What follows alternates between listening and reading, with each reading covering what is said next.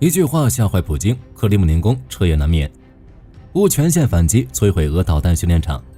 俄防空导弹再炸自家楼房，彻底乱套。俄中飞机在莫斯科相撞，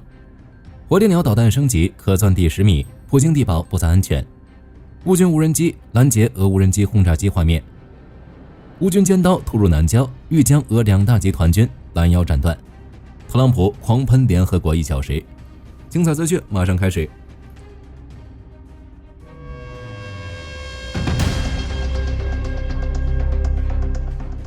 特朗普态度的突然转变，让俄罗斯感到了紧张和愤怒。9月24日，俄总统新闻发言人佩斯科夫紧急站出来表示，不能完全同意美国总统的说法，并希望特朗普的立场只是暂时的。同时他还强调，俄罗斯不是纸老虎，俄罗斯是熊，而世界上没有纸熊。而俄联邦安全委员会副主席梅德韦杰夫则在社交媒体上发文嘲讽特朗普，说特朗普又一次陷入了另一个世界，说他毫不怀疑特朗普会回来，甚至表示或许过几天他就会建议那位绿色钢琴家，也就是泽连斯基签署投降书了。俄罗斯内部力量空虚一览无遗，即使特朗普的立场还没有发生根本性变化，仅仅只是改变措辞，就已经让俄罗斯恐慌不已。截至目前，尚不清楚特朗普的立场是暂时的还是真的改变了，但火力军选必然希望特朗普能够转变态度。事情究竟会如何发展，让时间给我们答案。在此之前，特朗普态度的转变可能会改变乌军原有的军事策略，极有可能会发起全线的反攻。这已经是乌军连续2天对俄境内和前线高价值目标进行毁灭性打击了。据开源情报报道，9月24日，乌克兰发射数百架无人机，袭击了俄罗斯莫斯科、别尔哥罗德、塔甘罗格、罗斯托夫等多个地区，其中库尔斯克重镇里戈夫遭到了重创。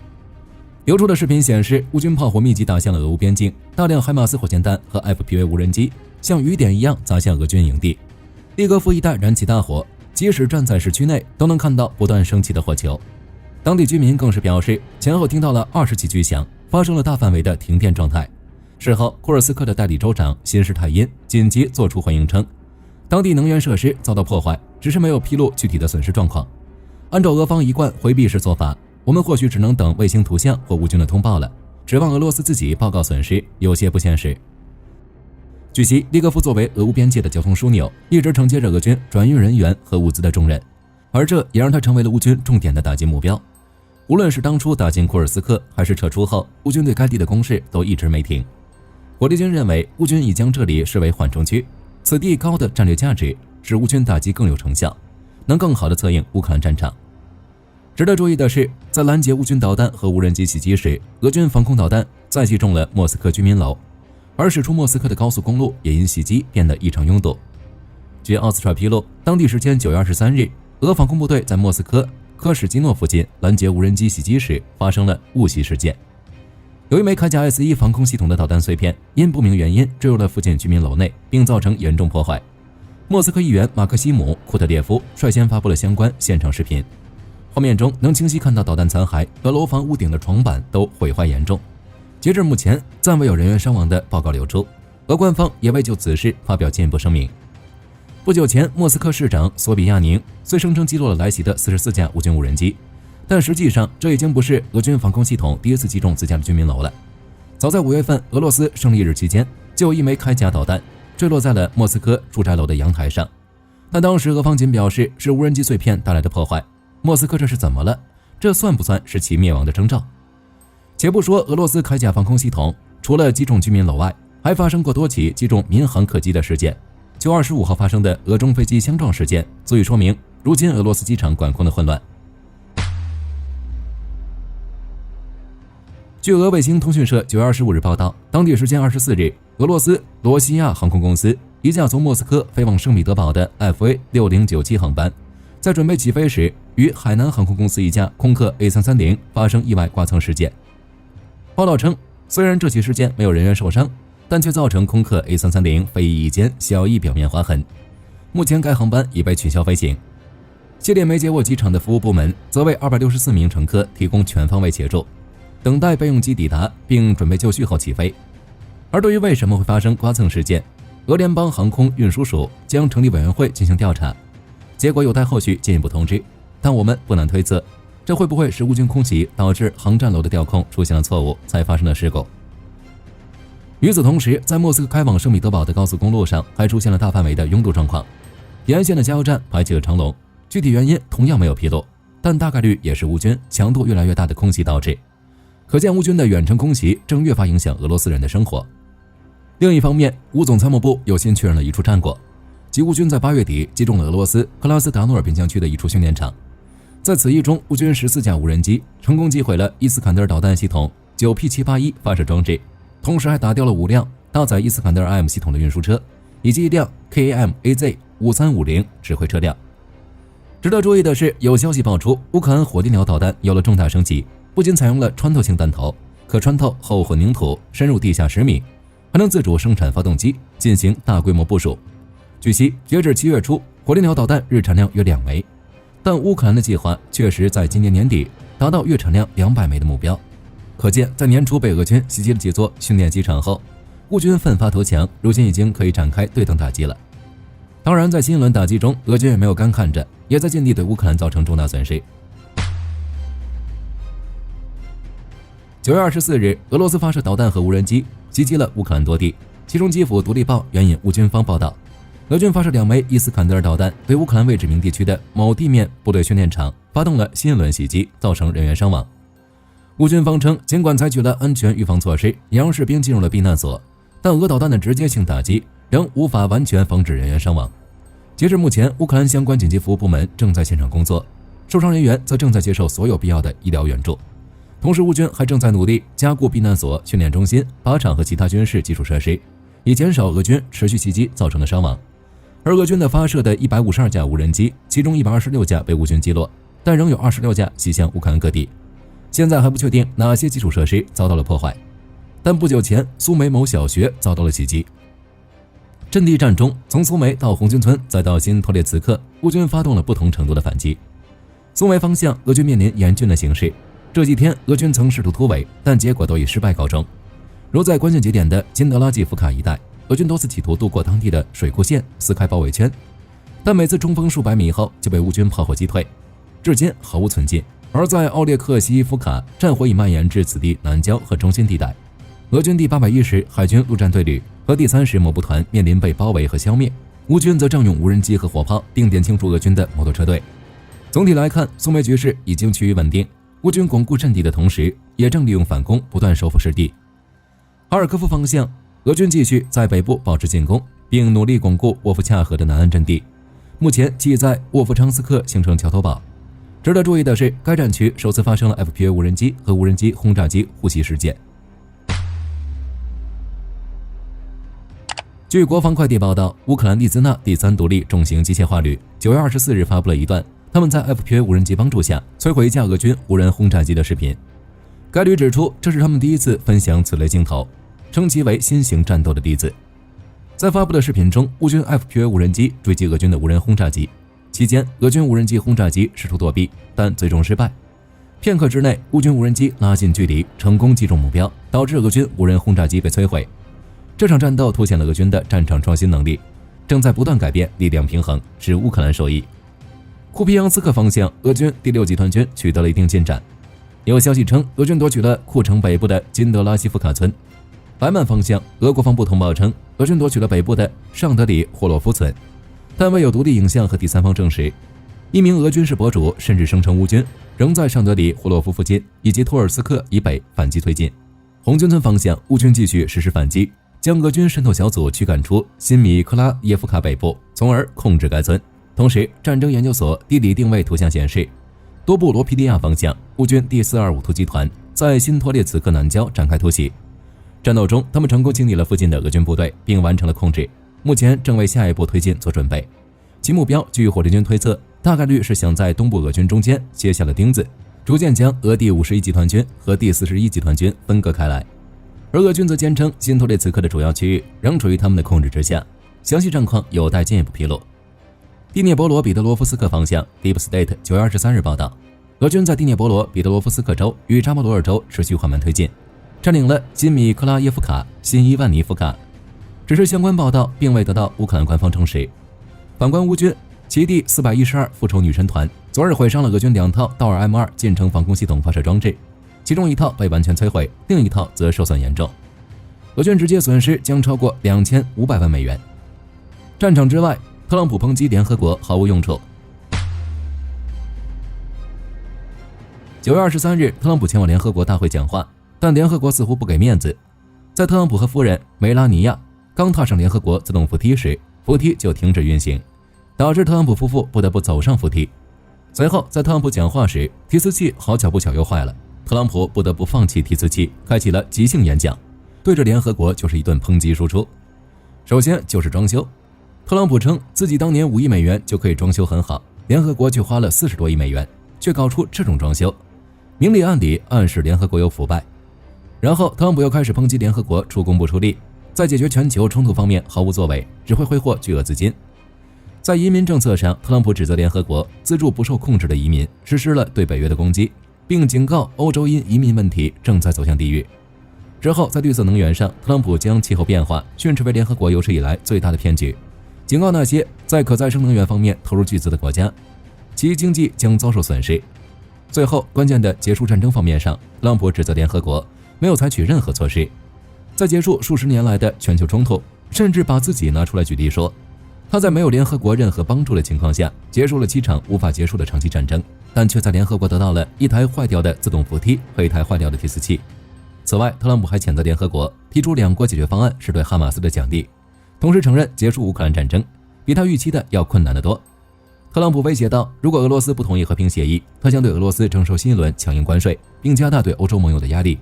要求他们停止从俄罗斯购买所有能源。特朗普这超1个小时的即兴输出，把当时在场所有人都听傻了，实在太直白了。而且特朗普还在讲话中提出了一个十分尖锐的问题，即联合国的宗旨究竟是什么？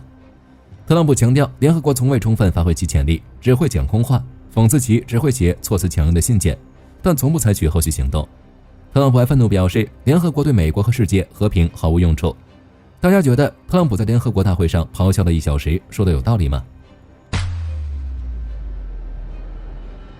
？9月23日，波兰总理图斯克宣布，波兰将于9月24日到25日重新开放与白俄罗斯接壤的边境。据悉，波兰经过评估之后，认为可以重新开放与白俄罗斯接壤的边境，且重新开放预计将在48小时内将很快完成。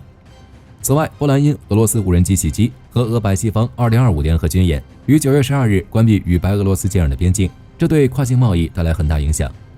9月12日，波兰关闭与白俄罗斯接壤的边境后，中欧列车开始滞留在白俄罗斯一侧，封锁造成货物损失，封锁时间越长，损失就越大。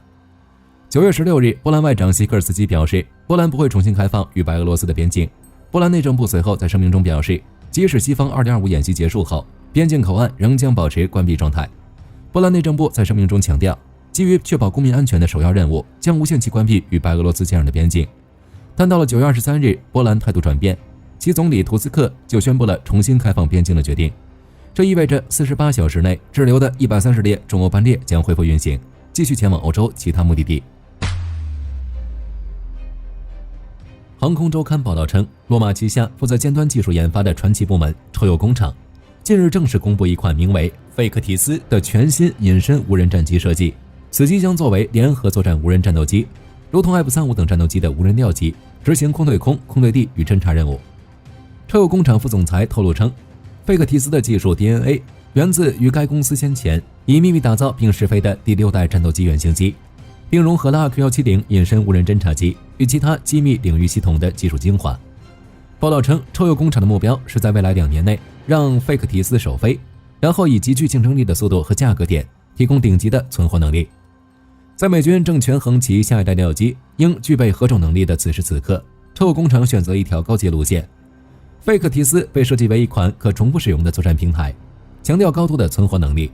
这与部分厂商追求低成本可在战场上损失的消耗性设计理念截然相反。据悉，费克提斯的尺寸将比 F-16战机小，且作战分析显示穿梭飞行能力并非必要。此外，抽油工厂还自信表示，费克提斯不仅视为美国空军的 CCA 计划，其设计也同样适用于美国海军的类似计划，以及广大的国际合作伙伴。可见，抽油工厂的目标是国际市场，加上费克提斯的定位与波音公司开发且已获多国关注的 MQ-28 幽灵蝙蝠无人机十分相似，因此不排除双方将成为竞争者。据自由时报报道，空中巴士集团于25日宣布，未来将出售泰国一架 A330 MRTT 加多用途加油机。据悉，这是该国继采购 GAS-39施救战机后，再度向外购置空中平台。对此，空中巴士表示，其已在2024年的法恩堡国际航展亮相。不同于先前选用的旧款 A330 200型机，该机是率先改采 A330 800型的商业客机。根据官方说明，该机搭载2具劳斯莱斯的 Trent 7000涡扇发动机，油耗表现和噪音减少 8%， 最大起飞重量则从233吨提升至242吨，性能、承载都有显著提升。除此之外，泰国采购的 A330 MRTT 加未来除同时配备软管、加油杆2种系统，担负空中加油任务，还将在机内配备医疗后车套件，来兼顾人道救援任务。根据规划，该机明年将赴西班牙厂区接受军规改装，预计2029年交付泰国皇家空军。届时，泰国将具备该系列最新机种，从而满足空中加油、救援、医疗等需求。据彭博社报道，受俄罗斯入侵乌克兰战争影响，波兰已成为台湾无人机的最大买家。报道称，今年截至8月，波兰已购买台湾出口约60%无人机，金额达3200万美元。相较之下，先前几年的购买量接近零。第二大买家是美国，购买了约700万美元。对于台湾无人机大量出口的现象，其制造商杨表示，波兰的需求巨大，该公司正计划在波兰投厂，同时其还在与包括一家韩国大型无人机制造商在内的其他外国公司洽谈相关项目合作。自俄罗斯2022年2月入侵乌克兰以来，无人机对乌克兰和其盟友发挥了重要的反击作用。最近几周，俄罗斯无人机已闯入几个北约国家领空，因此波兰在积极防备的同时，也在加大无人机产业的快速扩张，目前正在寻求外国市场。如波兰最大无人机制造商 WB Electronics 去年的营收倍增至约30亿波兰币，而2021年时近3.43亿波兰币。截至目前，祁阳执行长龚子奇表示 ，WB 已提议与祁阳签署联合生产协议。除此之外，高度依赖武器合约的 WB 还向乌克兰销售设备，在乌克兰设厂，同时通过军方合作学习乌克兰的无人机战场经验，从而快速提升国防能力。日本放送协会22日报道称，海自的鸟海号护卫舰其驶离驻地佐世保军港，期间将短暂停留驻日美军所在的横须贺军港，然后就会启程赴美，执行战斧巡航导弹的整合工作。报道指出，该舰为具备日本所需的反击能力，因此需要率先赴美接受改装，预计今年内完成并执行试射。公开资料显示，鸟海号为海自金刚级4号舰，日本首批采用美国海军神盾作战系统的大型水面舰。日本海自官方信息显示，该级舰标准排水量7250吨，可搭载4具燃气涡轮主机，最大动力达10万轴马力，航速可达30节。武器系统上，除常规搭载的舰炮外，该舰还配装有 MK41 垂发系统，并可发射标2、标3导弹。而在此前，美国2023年11月同意军售日本多达400枚 RGM-109E 战斧，其中第4批次、第5批次各半，粗估报价23.5亿美元。有了战斧，就要为其寻找合适的发射平台。而根据日本防卫省测算，金刚级、爱宕级、摩耶级这样的神盾舰无疑最合适，可强化其远程打击能力。好了，本期节目到这里就结束了，大家有什么想要评论的，都欢迎留言讨论。我是火力军，下期再见。好的，各位观众朋友们，我们频道一直在聊真实的军事资讯和武器装备，后台也经常有朋友问，有没有值得推荐的入门级模型？今天就和大家分享一款近期接触到的产品。首先，它的外形还原度做得相当不错，比例准确，武器上的一些关键细节和标识也都有体现，材质也说得过去，拿在手上有不错的分量感。其次，它具备一定的可动性，对于理解基础操作原理有一定帮助，让它不仅是个静态摆件。综合它的做工和可玩性来看，价格确实比较亲民。对于想入门模型收藏，或者单纯想在桌上贴一个摆件的朋友来说，是一个性价比很高的选择。商品链接已经给你们上了，感兴趣的朋友可以自行了解。